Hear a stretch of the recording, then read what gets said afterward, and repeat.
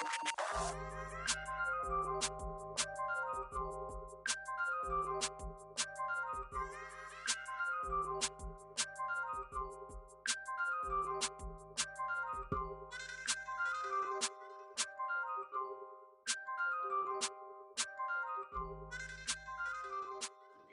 guys, welcome back to the channel.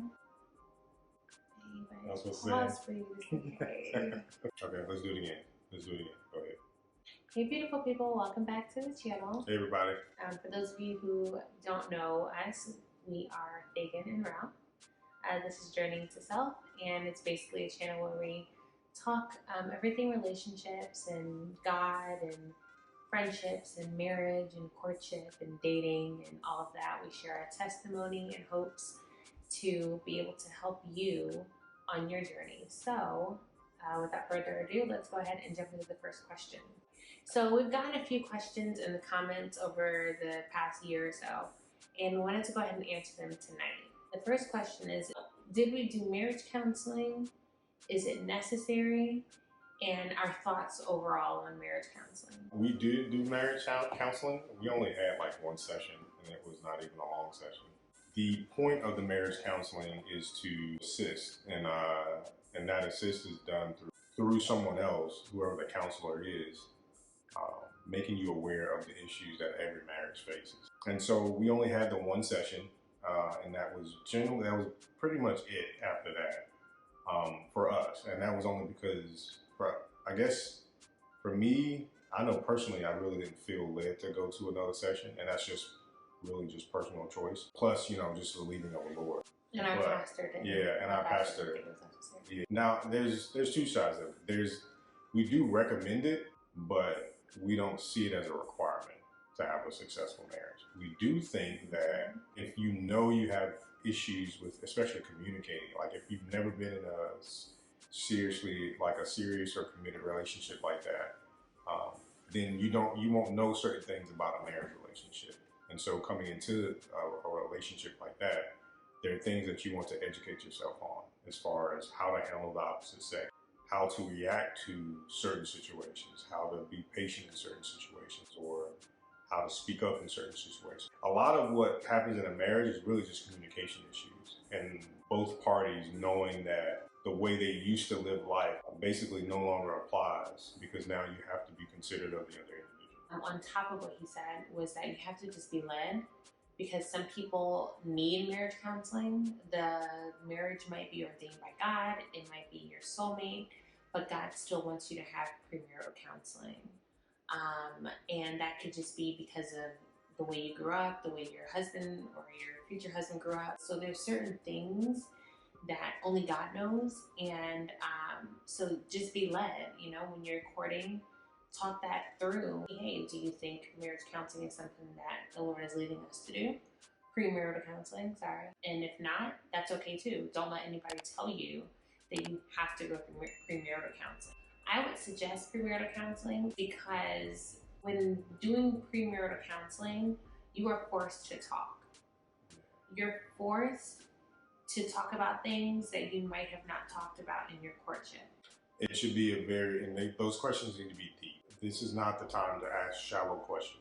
It needs to be a place where everything that's on your heart can be poured out, and you can get some closure based on the responses. That'll help you decide, should you continue to pursue this relationship, or is this something that maybe both of you need to just back away from? So what I noticed is that I think a lot of people, you're dating and everything is fine, the person is great, you might be looking to marry this individual. And the reason why I would suggest premarital counseling to everyone is because it forces you to kind of see how the person thinks and feels about certain things. You have the opportunity to now sit back and listen. For instance, a question like, what if your mom had to move in with you guys? What if his mom had to move in with you guys? How would you handle that? Well, if he were like, oh, absolutely not, no way. And what if you feel the very opposite? What if you feel like, no, I would take in my mother in a heartbeat? That's something to think about, because that happens. And it happens to friends of ours. It happens. What if we never had children? Are you okay with that? Or what if I couldn't conceive and we had to adopt? How do you feel about that? Or what if the Lord called me to leave my job? You had to take care of us. As a woman, you had to take care of us. Are you okay with that? Or as the man, you had to be the sole breadwinner and we had to be off one income. How do you feel about that? And it's not so much the question, it's really the answers. I think in dating and courting, we talk about the fruity stuff, right? Like, what do you like? Right. What's, what foods you like? Do you need me to cook, or do you cook? Like the cute stuff. Do we believe in soulmates before we met one another? Yes. In all actuality, yes. When you spend enough time with the Lord, it's almost a knowing. We said before, there's no term soulmates in the Bible, but if God is a perfect God, I also have to say that God never makes mistakes. And so if it's impossible for him to make mistakes, then it's impossible for him to bring across your path an imperfect person according to his plan. Now let me explain imperfect person. Meaning imperfect in this case means someone, a person that he did not specifically choose for you. So not imperfect in character or personality. Yeah, but just imperfect according to his will, imperfect. Right. You kind of have to be careful about the filters that are already on your eyes. The filter that is already like the way you see life. You have to be careful of those filters, because if you don't like dive into the Lord and just really get his perspective on everything, you'll misinterpret the way that he wants your life to go. The time that I spent with him and then the dreams that he's given me, I knew that there was one in particular individual that he had for me. So as far as soulmates for me, yes, I believed in there being a person for me. And I knew that in my previous marriage that was not it. And through recognizing that wasn't it, I realized that there was actually someone for me, and I had made a mistake. So yeah, not soulmates in particular, but I did know someone was created for me. I just didn't know who this person was. This next question. How did you know your courtship was over and that it was time to step into engagement and then marriage? So to answer this question, I'll have to answer it from our testimony, and then I'll have to answer it from a different testimony. A very close friend of mine. So my testimony, I didn't have any unction from the Holy Spirit or anything from the Lord to say, wait.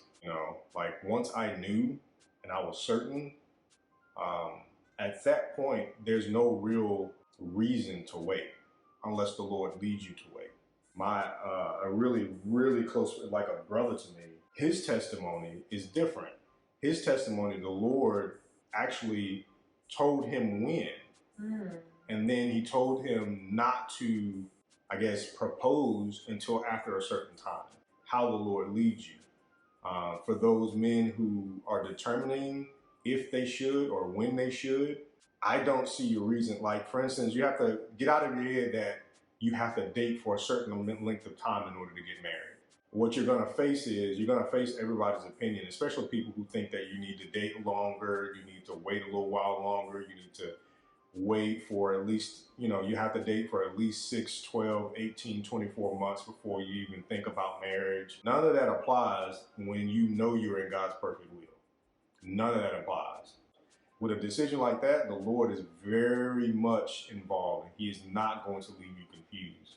There was a sermon from our pastor, and it's in the dating series on the Lionheart Church website, where he mentions that once you know, there's no real reason to wait. And so I took that approach, and I had peace about it. As long as you know, and follow peace and follow the Lord, he'll let you know. I feel led to say that you should never get married because you want to have sex. I know a lot of people, before they had any confirmation that this was the person, but they just got married because they didn't want to sin. They didn't want to have sex out of marriage, so they just got married. And they found themselves miserable. They found themselves in a really bad situation. Not all the time, but the times that I'm thinking of in my head and the testimonies that I've heard, that was the outcome. It's a trick of the enemy. It's really him trying to make you feel like, well, just do it. Y'all can get married anyway. You might as well just go ahead and get married now. And if it's that hard for you to keep yourself, then maybe you need to take a step back from the relationship while you're figuring it out. Instead of rushing into marriage, I'm going to slow down, step back, make some space between us, and really seek the Lord about where this is going. And Holy Spirit just dropped this on me. As Faegan said, you're trying to keep yourself and you're trying to do the right thing, but you feel like marriage is the only way to do that. But the Lord does not see that as you trying to do the right thing. Because honestly, that's lust. It means that you have a problem. It means that there's a lust problem there. So don't make that decision because you feel like you're going to fall. Because if that's the case, you shouldn't be in that relationship. You really shouldn't be. And I have to say it like that. You should not be in a relationship where you feel like you're going to fall. As women, you guys cannot allow yourselves to be pressured because a man will tell you that. And it sounds admirable. It sounds admirable. See, he just wants to marry me. He doesn't want to, defile me anymore. No, he doesn't want to exercise self-control. That's the issue. So I'll say it like this to kind of follow through with the previous question. If you know that this is the individual the Lord has for you, stop. You exercise self-control, live holy so that he can bless the marriage like it should be blessed. It's best to exercise self-control than to get married simply because you are already in sin. That's it. All right, everybody. We love you. Take care. We'll see you at the next video. Bye. Bye.